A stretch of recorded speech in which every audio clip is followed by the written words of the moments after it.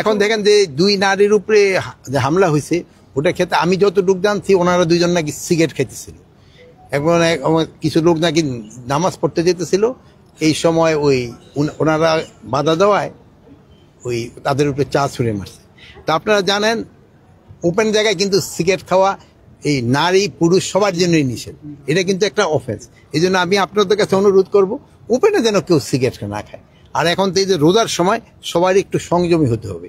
এখানে বাইরে যেন সেও মানে আমাদের ধর্মোপদেষ্টাও কিন্তু সবার জন্য রিকোয়েস্ট করছে যেন বাইরে যেন খাবারটা না খায়, যেহেতু এটা ইসের জন্য একটা সম্মান প্রদর্শন করে যারা রোজা থাকতেছে তাদের জন্য। আর একটা আপনাদের মাধ্যমে আমি অনুরোধ করব যেন জিনিসপত্রের দাম না বাড়ায়। আপনারা দেখবেন অন্যান্য ধর্মাবলম্বীরা যারা তাদের যে সময় অন্যান্য অনুষ্ঠানগুলি হয় ধর্মীয় অনুষ্ঠান, সে সময় তারা জিনিসপত্রের দামটা কমায় দেয়।